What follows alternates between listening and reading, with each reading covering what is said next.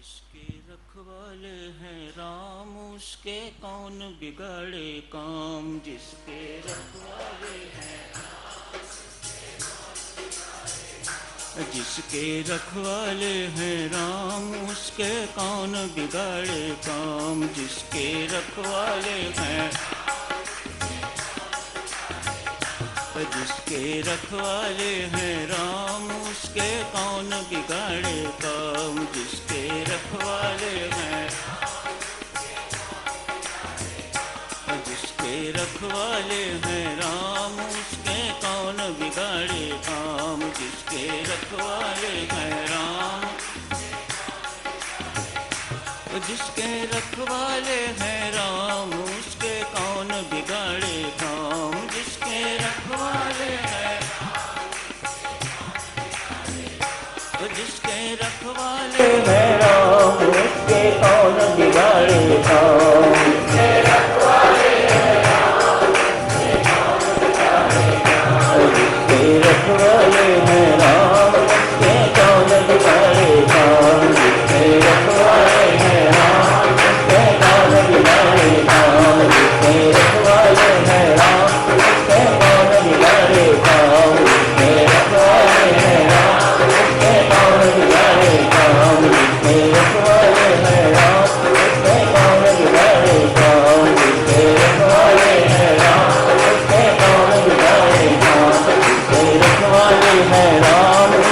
कौन बिगाड़े काम। जिसके रखवाले हैं राम उसके कौन बिगाड़े काम। जिसके रखवाले हैं राम उसके कौन बिगाड़े काम। जिसके रखवाले हैं जिसके रखवाले हैं राम उसके कौन बिगाड़े काम। जिसके रखवाले हैं राम उसके जिसके रखवाले हैं राम उसके कौन बिगाड़े काम। जिसके रखवाले हैं राम उसके कौन बिगाड़े काम। जिसके रखवाले हैं राम उसके कौन बिगाड़े काम। प्रार्थना के अंतर्गत कल आप जी से निवेदन किया जा रहा था, परमेश्वर से परमेश्वर की कृपा के अतिरिक्त और कुछ ना मांगना ही बुद्धिमता है। वही जानता है मांगने वाले का हित, मेरे बच्चे का हित किस में है। हम कोई वस्तु मांगते हैं, वह वस्तु परमात्मा ही जानता है मांगने वाले के लिए अनुकूल है या प्रतिकूल। आप अंदाज़ा नहीं लगा सकते। आपकी मांग तो वस्तु है, वह किस प्रकार का प्रभाव आप पर डालती है वह आप नहीं जानते। आप पुत्र मांग रहे हैं, आपको नहीं पता आपका पुत्र कालांतर में आपका शत्रु बन जाएगा। अतएव वह बेचारा दुविधा में है। इस देवी की मांग मुझे पूरी करनी चाहिए कि नहीं करनी चाहिए। इसलिए मेरी माता से आप जिस कर्म प्रार्थना है, इससे बढ़ के इससे श्रेष्ठतर और कुछ नहीं मांगने को। परमात्मा देव तेरी मंगलमयी कृपा मेरे ऊपर सदा बनी रहे। इसमें सब कुछ आ जाता है।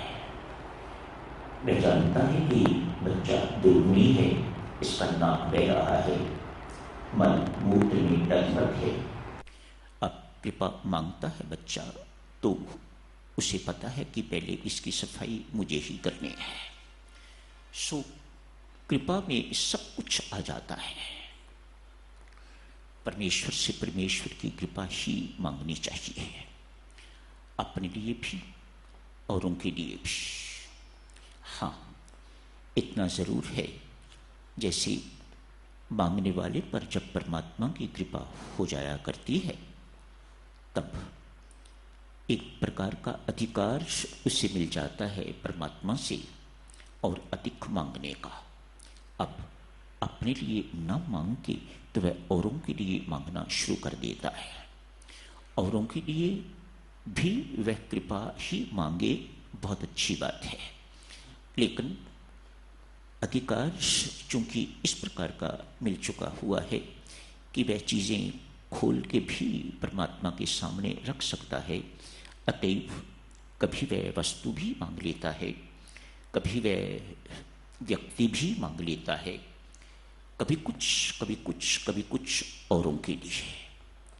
अतएव साधकजनों, जिनका जीवन परमेश्वर की कृपा से प्रार्थनामय हो गया हुआ है, संत महात्मा फरमाते हैं, उनसे निवेदन है कि अपने लिए कभी कोई भौतिक मांग नहीं रखनी है और दूसरों के लिए मांगने में कभी कंजूसी नहीं करनी, डट के मांगिएगा। परमात्मा को देवियों सज्जनों, सच मानो, बहुत अच्छा लगता है जब आप किसी और से ना मांग के तो परमात्मा से ही मांगते हो। ये भूल हमसे प्राय होती है।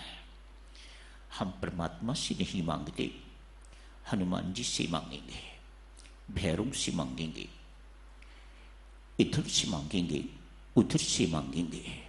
तनिक सोचो, एक माँ जो घर पर इंतजार कर रही है, बच्चा बाहर गया हुआ है, मैं भोजन तैयार करके बैठी हूँ, आज बहुत स्वादु भोजन बनाया हुआ है, अभी चपाती नहीं बनाई, उसके आने पर गरम गरम उसे परांठी बना के खिलाऊंगी। वह नालायक आके कहे कि मैं आज खाना माँ बाहर खाया, सोचें माँ को कितना धक्का लगेगा। कहेगी तो बेचारी कुछ नहीं, कोई बात नहीं बेटा, अब आप आराम करो, दूध पी लो और आराम करो। ठीक इसी प्रकार से देवियों सज्जन, परमात्मा का बच्चा बच्ची होने के नाते यदि वह परमात्मा से न मांगते इधर उधर से मांगता रहता है तो ये परमात्मा को अच्छा नहीं लगता। क्यों अच्छा नहीं लगता? उसे क्या फर्क पड़ता है? उसे ये फर्क पड़ता है, एक साधक की साधना में ये सबसे बड़ी बाधा है। भगवान श्री साधना के लिए प्रथम यात्रा के लिए निकले हैं। सबसे पहले उन्होंने दुराशा को मारा है एक ही बाण से, ताटका। ताटका दुराशा है। दुराशा अर्थात जहां है ही नहीं चीज, जो मेरी इजाजत के बिना दे ही नहीं सकता या दे ही नहीं सकती, उससे मांगना दुराशा है। आशा, निराशा और दुराशा, जहां चीज है ही नहीं, जो मेरी इजाजत के बिना, मेरी अनुमति के बिना, भगवान श्री गीता जी में यही कहते हैं ना, जो अन्य देवी देवताओं से मांगते हैं, मांग तो उनकी भी मैं ही पूरी करता हूं। पढ़ना, गीता जी में स्पष्ट भगवान ने लिखा है, कोई देवी देवता मेरी इच्छा के बिना, मेरी इजाजत के बिना किसी को कुछ नहीं दे सकता। भगवान ने बलाढ्य शब्दों में इसको स्पष्ट किया हुआ है। संत महात्मा इसे दुराशा कहते हैं, ताटका है। आप चाहते हो कि आपकी साधना सफल हो तो साधक सबसे पहले आपको दुराशा को ही मानना होगा। परमात्मा के अधीन किसी दूसरे से कुछ भी अपेक्षा रखना, आशा रखना दुराशा है। क्रेडिट परमात्मा इसीलिए दुखी होता है, इसकी साधना ये दुर्गुण होते हुए सफल नहीं हो सकेगी, ये अपनी मंजिल को प्राप्त नहीं कर सकेगा। अरे मैं बैठा हूं ना देने वाला, किस चीज की कमी है मेरे पास? मैं सब कुछ देने को तैयार हूं, जहां तक कि कोई मुझे खरीदने वाला हो तो मैं स्वयं बिक जाने को तैयार हूं, मैं स्वयं अपने आप को देने को तैयार हूं। फिर मेरे होते हुए इधर उधर व्यक्ति भटकता फिरे तो मैं यही कहूंगा कि वह साधक अच्छा नहीं है, नालायक बच्चा है, उसकी साधना इतनी आसानी से सफल नहीं होती। यही निष्कर्ष निकलता है साधकजनों, मांगना है तो परमात्मा से, और परमात्मा से मांगना है तो फिर सबसे बड़ी चीज क्यों ना मांगी जाए जो परमात्मा से भी बड़ी है। मेरी माता और सज्जनों, मैं परमात्मा की मंगलमयी कृपा को परमात्मा से भी बड़ी मानता हूं। जो परमात्मा नहीं कर सकता वह उसकी कृपा कर देती है। अतएव वह मांगो। जिस प्रकार परमात्मा का नाम परमात्मा से बड़ा है, ठीक इसी प्रकार से परमात्मा की कृपा भी परमात्मा से बड़ी है। तो उससे उससे जो बड़ी चीज है वह क्यों नहीं मांगते? जो सबसे बड़ी चीज है वह क्यों नहीं मांगते?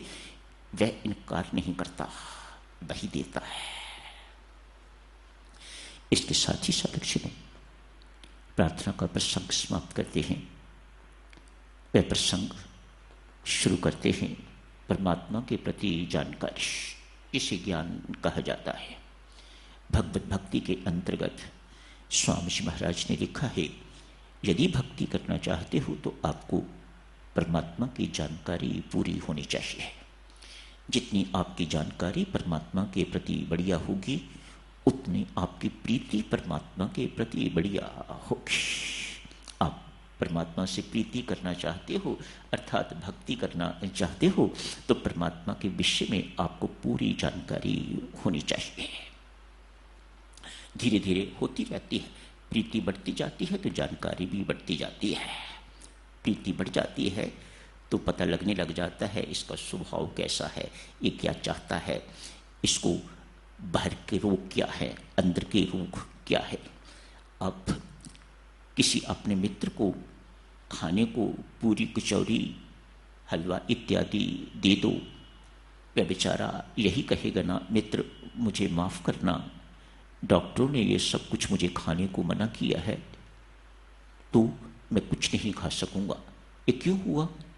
इसलिए कि मित्र को इनके बारे में पूरी जानकारी नहीं है। पूरी जानकारी होती तो उन्हें पता होता कि इसे डायबिटीज़ है, इसे मधुमेह है, इसे थोड़ी सी हार्ट की प्रॉब्लम है, इसके अंदर ईसीजी में कुछ चेंजेस आई हैं, अतएव इन सब चीज़ों को उसे खाने को नहीं देना। तो परमात्मा की प्रीति ही परमात्मा का ज्ञान भी, बोध भी आपको करवाती ही जाती है।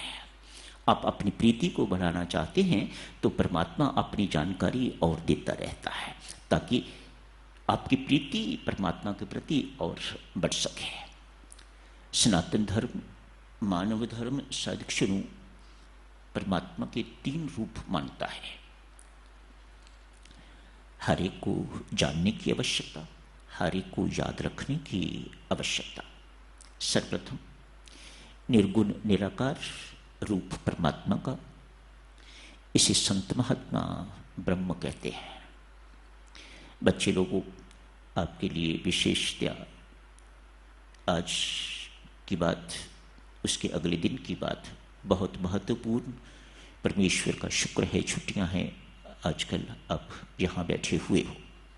पुनः सुनो, प्रथम रूप परमात्मा का निर्गुण निराकार। निराकार अर्थात जिसका आकार नहीं है, फॉर्मलेस। याद रखोगे, निराकार को क्या कहते हैं? फॉर्मलेस। उसका फॉर्म नहीं है, आकार नहीं है। निर्गुण, उसके अंदर कोई गुण नहीं है।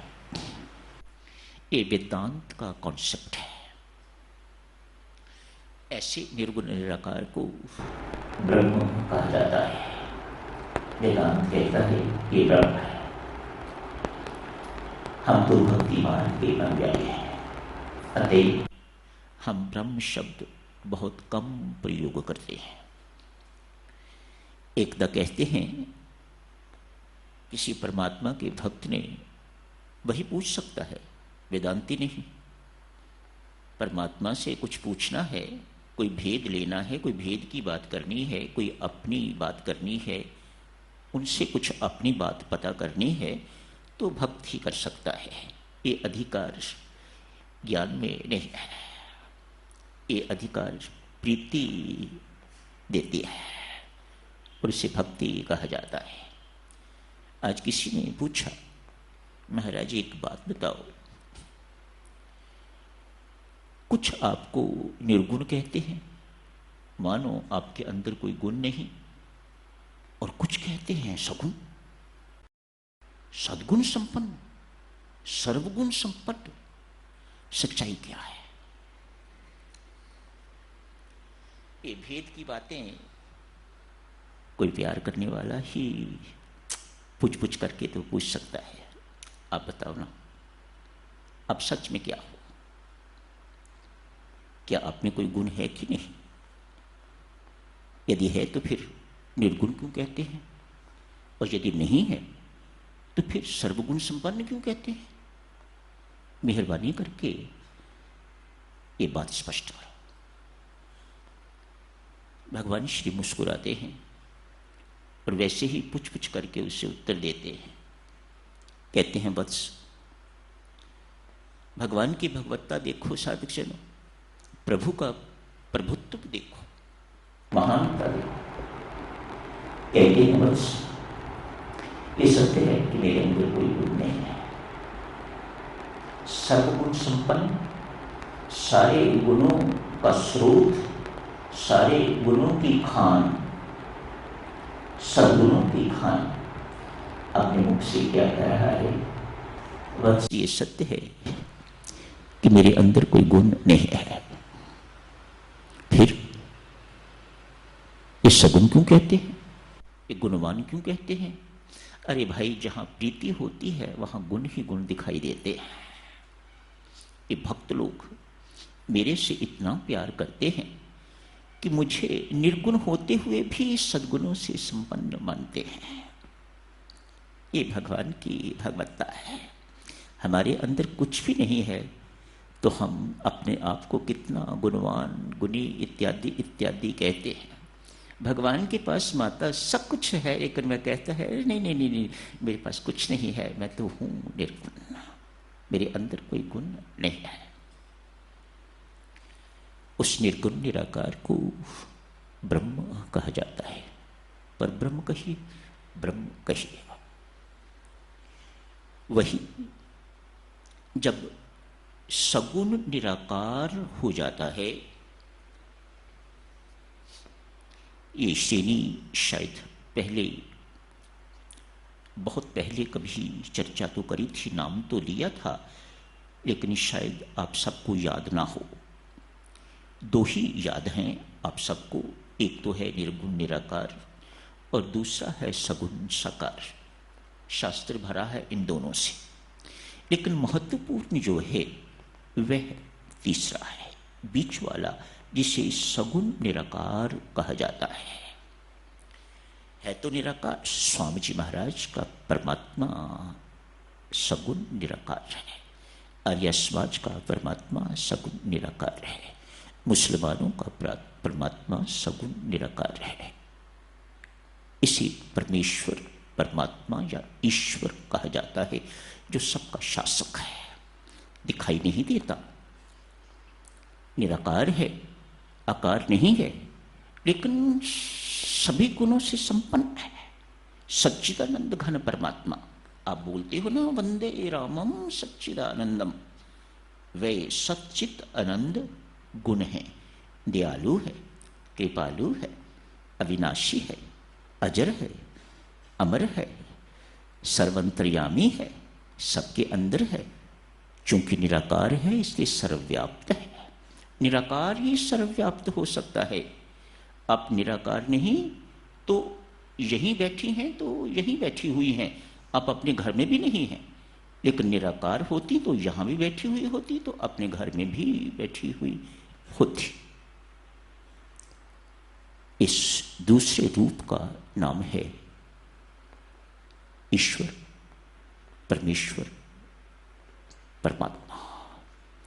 समय हो गया है साथियों, जारी रखेंगे इस चर्चा को। आज यही समाप्त करने की इजाजत दीजिएगा। धन्यवाद।